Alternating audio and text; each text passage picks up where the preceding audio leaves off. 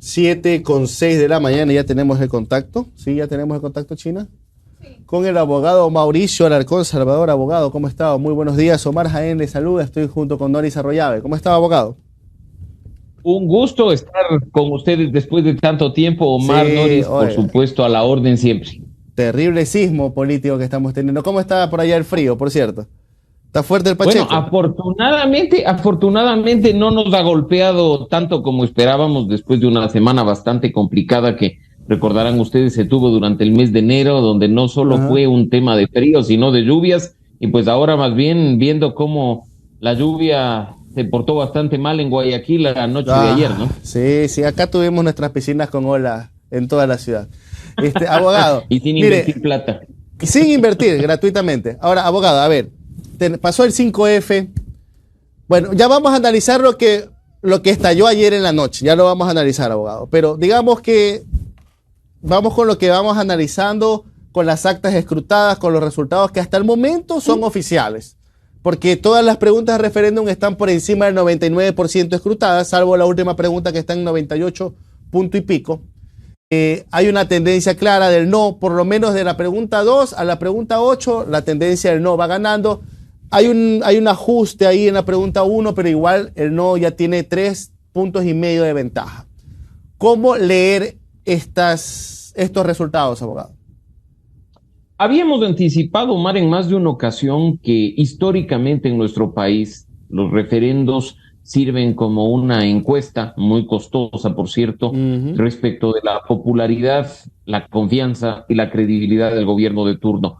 Desde 1978 hasta 2023 no ha sido la excepción. Presidentes con baja popularidad han perdido incluso referendos pedidos por la ciudadanía y bajo cuestiones de sentido común, y presidentes muy populares han preguntado cualquier cosa a la ciudadanía y pues simplemente como un voto de confianza sus temas han sido aprobados. Así es que ahí estamos frente a una situación a la que podríamos sumar algunos otros elementos: la complejidad de los anexos, lo enredado de incluso fórmulas que han hecho que hasta en la pregunta que se pensaba ganar con contundencia, la de la reducción de la Asamblea Nacional, no lo hagan, y por supuesto también una campaña bastante desabrida por parte de quienes auspiciaban el sí y el no, en el que simplemente se dedicaron a estigmatizar, a polarizar y a tratar temas superficiales, incluso mediante cuestiones engañosas, ¿no? Decirle a la gente que votando de una forma iba a pasar una cosa que no estaba contemplada en lo absoluto en un anexo, y que si va a votar no, pues es una forma simplemente de rechazar al gobierno. Creo que los temas ameritaban un análisis mucho más profundo. ¿Qué le queda al gobierno? ¿Qué le queda al gobierno después de estos resultados? Bueno, también ayer, creo que un poco tarde, porque debió ser el día lunes, pero ya ayer hubo una purga ministerial. Yo creo que han ingresado caras nuevas, con nuevas ideas, que puede ser que refresquen algo el gobierno, pero si la cabeza no cambia, el resto del cuerpo no va a responder. Por supuesto que no, Omar, pero yo al menos creo que el cambio se da con tantos días de retraso, porque no creo que sea fácil encontrar personas que estén dispuestas a vincularse a un gobierno con estos de credibilidad, de confianza.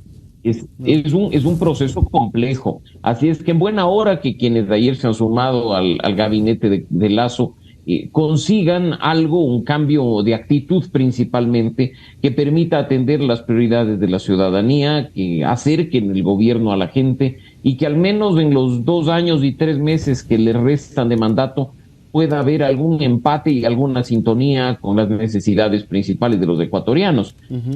Creo que no es lo único que se debería hacer. Creo que además los cambios plasmados el día de ayer no deberían ser los únicos. Lo hemos venido diciendo desde hace meses, el hecho de que la autoevaluación y la autocrítica debe ser permanente en un gobierno con los niveles que maneja en este momento en cuanto a aceptación, y esa evaluación y esa autocrítica lo que tiene que hacer es cambiar lo que se deba cambiar, con el objetivo de cumplir aquellas metas, aquellos planes que se dijeron no solo durante la campaña electoral, sino que se han venido repitiendo durante estos casi 2 años. Abogado, a partir de los resultados, cuando ya se fueron consolidando las cifras del referéndum, sobre todo, empezó nuevamente ya algo que es familiar en nosotros, lo tenemos guardado ahí en un baúlcito y lo vamos sacando cada cierto tiempo, el término muerte cruzada.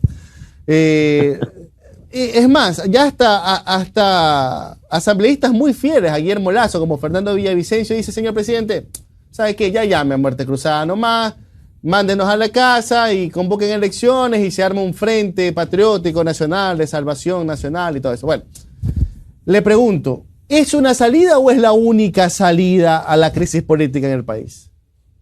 Yo creo que es una salida y una salida última, una salida extrema, que se debe evitar al máximo.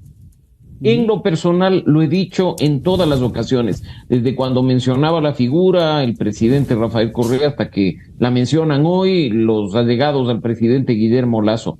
Por mucho que esté consagrada en la Constitución, la figura de la muerte cruzada no es democrática. El hecho de que un presidente disuelva el primer poder del Estado, la Asamblea Nacional, no es óptimo, mucho menos que durante varios meses asuma las facultades legislativas y prácticamente gobierne mediante decretos. Eso, insisto, por muy constitucional que sea, no es democrático. Y se comprende mucho en una situación como la que tenemos hoy, se quiera recurrir a medidas extremas, disolviendo la asamblea, suicidándose el presidente, dando paso a un vicepresidente que dicen que no aparece, que nadie sabe qué es lo que hace, pero que preferible eso a lo que tenemos ahora. Lo cierto es que lo que debería hacer como medida urgente el gobierno de Guillermo Lasso es empezar a trabajar, a plasmar cambios en su gabinete, sí, pero sobre todo a trabajar. Lo que se ha dicho y se ha comentado en muchas redes sociales es que los servicios públicos actualmente son deficientes, han decaído mucho respecto de los gobiernos anteriores. Mira que incluso focos de corrupción, Omar, perfectamente bien identificados, como lo que está sucediendo en este momento en el registro civil, donde se tramitan cédulas y pasaportes a costo exorbitante y por fuera del sistema regular al que cualquier ciudadano puede acceder a través de su página web, ya debía haber hecho despertar al gobierno para atender esa demanda de la ciudadanía. No se diga lo que ocurre en los hospitales, en las escuelas y en otras tantas áreas que lamentablemente no han recibido la atención adecuada. Además, es momento no de un gran llamado a la unidad. Mira que automáticamente, aunque el discurso sonó bonito, las organizaciones políticas le han dicho a Lasso: no, muchas gracias, yo con usted no me junto porque me vaya a terminar jalando para abajo en vez de todo sacar para arriba el país. Yo creo que ese proceso, más allá de unidad, diálogo y una foto, lo que tiene que hacer es empezar a coordinar trabajo, nada más. Si el presidente tiene mejores ideas que las del referendo, como en muchas ocasiones dijo, a través de reformas legales, mande esas leyes a la Asamblea Nacional, arrincone a la Asamblea, dígale a la Asamblea: necesito que esto se apruebe para poder hacer A, B, C cosas. Y veamos cómo reacciona la Asamblea. La ciudadanía, definitivamente, Omar, no come cuentos y está pendiente de lo que sucede. Creo que el mejor resultado de cuán conectados estamos con la realidad son precisamente las cuestiones electorales. Abogado, buenos días. Noris Arroyave les saluda. Pero con un gobierno que ha debilitado el honor de su palabra al no cumplir lo que se ha dicho o al cambiar en el camino a cada rato su discurso y los hechos. ¿Cómo puede trabajar? Incluso la asamblea diría: mandas una ley, pero después vas a cambiarla en el camino. Entonces, ¿cómo hacer para, en este punto, como está el país, con un gobierno debilitado, que la gente no cree en su palabra, que los legisladores tampoco creen en ella y nadie se quiere sentar a hablar y a coordinar con él? ¿Cómo el gobierno puede avanzar? Yo creo, Noris, buen día. El primer paso es tratar de hacer algo, porque este momento, lo que yo piense o lo que tú pienses, es una especulación. A mí me encantaría ver efectivamente acciones para poder evaluarlas de manera concreta. Mira que cuando se dice la Asamblea atenta contra la gobernabilidad, los proyectos de ley trabajados entre el Ejecutivo y el Legislativo se cuentan con los dedos de una mano.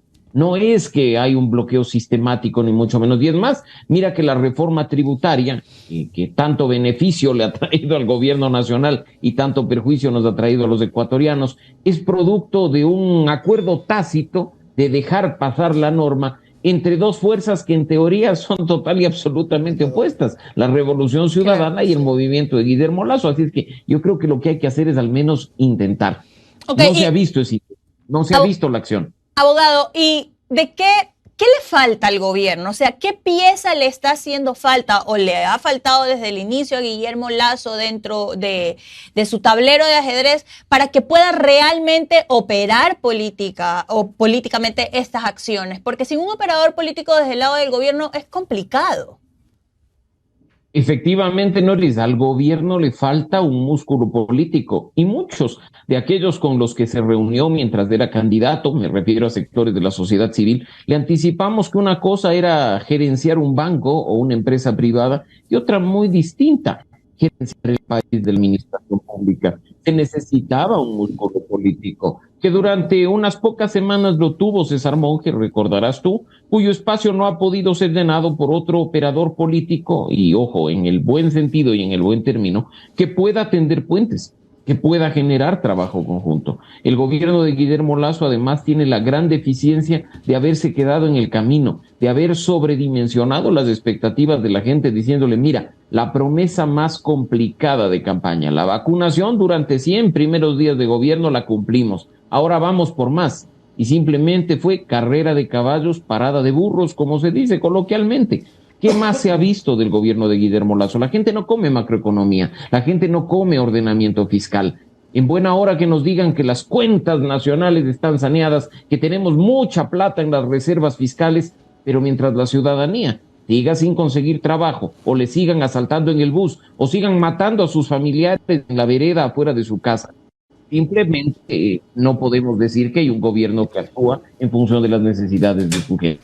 Okay, abogado, con estos cambios de ministros, gobernadores, sobre todo en lugares donde el nivel de inseguridad está altísimo, si tenemos a un gobierno que siga haciendo lo mismo, por más de que cambien a estas personas, ¿cómo hacer para que ya luego en los territorios lo que dice, el ciudadano a pie quiere trabajo, comida y seguridad?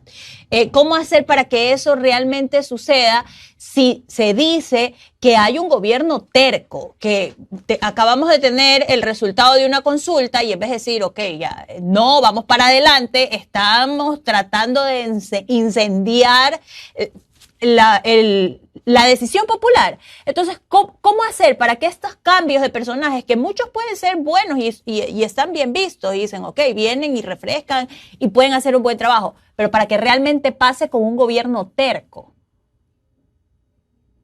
La verdad es que yo no quiero perder, Noris, de esperanza de que un gobierno madure a medio camino, de que un gobierno comprenda que tiene que escuchar a la gente, que un presidente salga de su burbuja, que un presidente salga de su círculo de amigos y palpe la realidad nacional. Como tú bien dices, el referendo en sí manda un mensaje. Lo hemos escuchado, quizá regañadientes, a Guillermo Lasso a inicios de la semana. Le hemos escuchado el día de ayer en su discurso de posesión al flamante ministro de Gobierno, Henry Cucalón, pero lo cierto es que hay que avanzar. No podemos quedarnos estancados y madurar es aceptar los resultados de la política. Madurar es trabajar efectivamente para que las cosas, como digo, funcionen. Nunca es tarde para corregir el rumbo, nunca es tarde para librarse de malos elementos. Hay que empezar por algún punto. Y yo creo que en ese sentido, así como hablamos del Ejecutivo, podríamos hablar de la Asamblea Nacional, que es quizá la institución en este momento con menor credibilidad y confianza, menor aún que la del presidente de la República, y que nunca es tarde para ellos tampoco, para enderezar su trabajo, para dedicarle tiempo a los ecuatorianos, para dejar de simplemente emitir resoluciones diciendo que el bizcocho es el alimento más rico del mundo y haciendo leyes. La gente también, no, insisto, no come cuentos y entiende lo que pasa con su órgano de representación por excelencia, que es la Asamblea. Doctor, volviendo al tema de lo que se conoció ayer. Mire, yo decía al principio que lo primero que a mí me llama la atención es que una noticia de tal calibre no se la da a través de una rueda de prensa del CNE, sino a través del flash informativo de un canal de televisión. Punto 1. Punto 2. Durante 4 días ha estado supuestamente operando un centro de cómputo en las narices de observadores internacionales, de la delegación provincial, de los delegados de los partidos políticos. Pero bueno, indistintamente de eso, ya en estos momentos está en manos de la Fiscalía porque ya se presentó la denuncia. Ok, perfecto. Efectivamente. Pero esto no es buscar esa chispa que falta para que este país explote. Creo que sí, Omar. Y creo que además hay cuestiones de sentido común que tienen que ser abordadas con responsabilidad. Mucha gente, al igual que en las elecciones presidenciales de 2017, sale y grita fraude sin tener una sola evidencia de que esto efectivamente haya pasado. Gente que responsablemente, sin ni siquiera hacer algo tan simple como ingresar a la página web de los resultados electorales y ver qué está pasando, sale y grita fraude. Lamentablemente, quienes principalmente lo hacen son las personas que perdieron las elecciones, aquellos miembros del Consejo de Participación Ciudadana que no recibieron el favor popular, aquellas personas que están disgustadas por haber perdido el referendo. Mira qué gracioso resulta. Por ejemplo, el tema del fraude en Guayaquil, yo no quiero decir que no exista, pero si existe tiene que ser sancionado, que si uno entra al sistema del Consejo Nacional Electoral con corte a hoy, viernes 10 de febrero a las 7:20 de la mañana, en la pregunta 1, gana el sí prácticamente 60-40. Entonces, cuidado, ojo, vayan a descubrir algún otro tipo de anomalía en el sistema, ¿no? Porque yo no estoy diciendo que alguien altera los resultados electorales, ni mucho menos, pero resulta gracioso que digan que se está haciendo en Guayaquil fraude a favor del no, cuando ha ganado el sí en todas las preguntas. Exacto. O sea, no, es incomprensible. Claro, ahora, abogado, vámonos hilando un poco más fino, ¿no? Ya, hablamos del rechazo, perfecto. Hablamos del rechazo, que eso termina siendo una evaluación, un sondeo del gobierno que nos costó 18 millones de dólares. Ya, pero el tema es que vamos analizando el porqué, el fondo de la gente. Porque hay la gente que ha perdido dice, pero si hasta las encuestadoras correístas decían que ganaba el sí. Y hay gente que dice que todavía no le cabe la idea, que dice, ¿por qué la gente vota que no? En una pregunta como la extradición. Esto se necesitan grupos focales, ¿no? Se necesita un análisis mucho más profundo que algo tan superficial o somero como decir, hasta las encuestadoras correístas decían que ganaba el sí. Y siguen sin ver el fondo, siguen sin preguntar a la ciudadanía por qué votó como votó.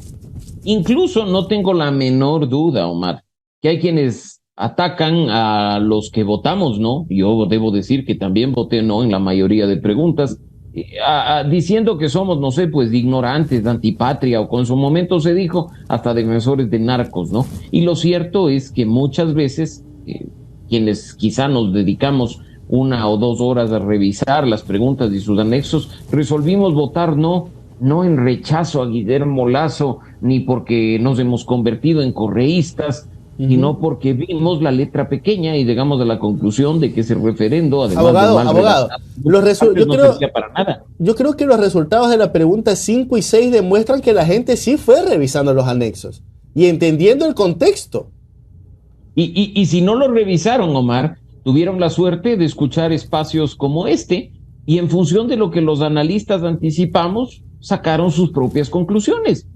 Yo lo dije en más de una ocasión, hay que leer la letra pequeña de las preguntas 5 y 6, donde hay incluso contenido engañoso, porque la gente en la pregunta 5 creía pues que ahora la asamblea iba a designar autoridades. En la pregunta ni siquiera se mencionaba la existencia de esta comisión técnica especializada, que es una nueva metida de mano a los procesos desde las distintas funciones del Estado, una comisión donde las funciones del Estado tenían mayoría y donde algunos anticipamos que se estaba simplemente haciendo creer a los ecuatorianos que algo cambiaba, cuando en realidad nada cambiaba. Y si el Consejo de Participación también es una institución que tiene rechazo, pues la gente dijo, prefiero quedarme con esto malo porque no funciona, a un nuevo experimento y frustrarme para después de 4 años de intentar otro, ¿no? Así es que, como tú dices, algunos leímos, otros indudablemente que quizá no tuvieron tiempo para leer, escucharon espacios como este y sacaron sus propias conclusiones. Pero la campaña por el sí y la campaña por el no fue realmente superficial y desabrida, una campaña en la que... Abogado, la última interrogante. Muy básica. Exacto, la última, abogado, y yo sé que quizás es la más complicada. Saltémonos a las seccionales. Hay un chuchaque que todavía dura en varias ciudades del país, un chuchacazo realmente, una cosa que ni el encebollado pasa en estos momentos. Ahora, a ver, en Guayaquil, 31 años, llega Aquiles Álvarez, Susana González pierde, la RC se lleva 60 alcaldías o más, casi 9 prefecturas. La CONAIE, Pachacutic también tiene muy buenos resultados de prefecturas, en alcaldías. ¿Cómo ve esta nueva composición política del país? ¿Cómo ve este nuevo mapa político del país? De una forma muy interesante. Yo debo decirte, Omar, que en varios análisis yo había mencionado un escenario similar al que tuvimos como resultado el domingo pasado. Quizá no tenía tanta claridad respecto a lo que sucedió en Guayaquil. Yo había pensado que el peor triunfo del Partido Social Cristiano en 31 años, precisamente porque iba a tener un resultado muy cercano respecto de sus inmediatos seguidores, pero era muy evidente lo que iba a suceder. Frente a un gobierno que no ha dado resultado, frente a autoridades locales que buscaban la reelección en muchos casos fuertemente cuestionadas, donde además en ciudades como Guayaquil, y hay que decirlo de manera muy clara, los recursos, como tú decías graciosamente al inicio, se destinan para piscinas de olas, para obras de arte en la aerovía o para pedazos de aromaterapia que nos ayuden a ser mejores personas, en lugar de atender necesidades básicas. Y solo en campaña es cuando te dicen, pues los recursos públicos le pertenecen a la gente y me pongo a repartir desde tanque de gas hasta canastas de alimentos. La gente no come cuentos. Yo me acuerdo de la frase de si le vienen con un regalo, coja, pero vote por quien crea que le conviene votar. Y yo creo que eso es lo que sucedió en este caso, no solo en Guayaquil, sino en todas las ciudades, de la mano de, aunque a mucha gente le disguste reconocer, las estructuras políticas que aún siguen vivas y salen fortalecidas de esta elección. Y en Quito, abogado, en Quito ganaron, ¿cómo es que dicen? Los terroristas destructores. O sea, y es que mire, a ver, tanto en alcaldía como en prefectura queda primero RC y segundo Pachacuti. Tanto en alcaldía como en prefectura. Y en este caso, de nuevo, hay que tener en cuenta que hay un voto duro de la Revolución Ciudadana que en muchas ciudades, incluido Quito, les ha permitido acceder al poder.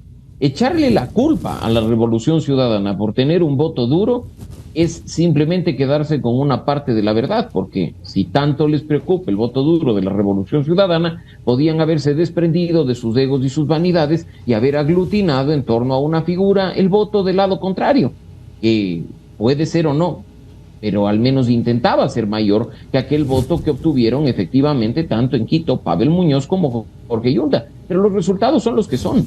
El voto duro, insisto, de la Revolución Ciudadana está entre el 25 y el 30% a nivel nacional. Y hay fragmentación en las otras fuerzas políticas, como sucedió igualmente en 2019. Ese porcentaje es suficiente para hacerte de la alcaldía de la capital o es suficiente para hacerte de la prefectura de la SUAY, como efectivamente ha ocurrido. No hay que menospreciar tampoco resultados que han quedado muy claros, como el de la reelección de Leonardo Orlando en la provincia de Manabí, con un porcentaje superior al 50%, o el de muchas otras autoridades en cantones pequeños del país, donde también han logrado la reelección con porcentajes similares. Ahí no solo se ve un voto duro, sino efectivamente gente que ha visto algún resultado de la gestión y que pues simplemente quiere seguirla viendo. Perfecto. Hemos tenido al abogado Mauricio Alarcón Salvador. Muchísimas gracias, abogado, por su tiempo. Qué bueno que ya no está haciendo tanto Pacheco por allá. Abogado. No, siempre un gusto, Omar. Un abrazo también para Noris y pues... China, por favor. Cuídese. Listo, abogado. Muchísimas gracias. Tenga un excelente día. Cuídese. Gracias. Gracias. Bueno, hemos tenido al abogado Mauricio Alarcón Salvador muchísimo que analizar. Vamos a seguir con estos temas.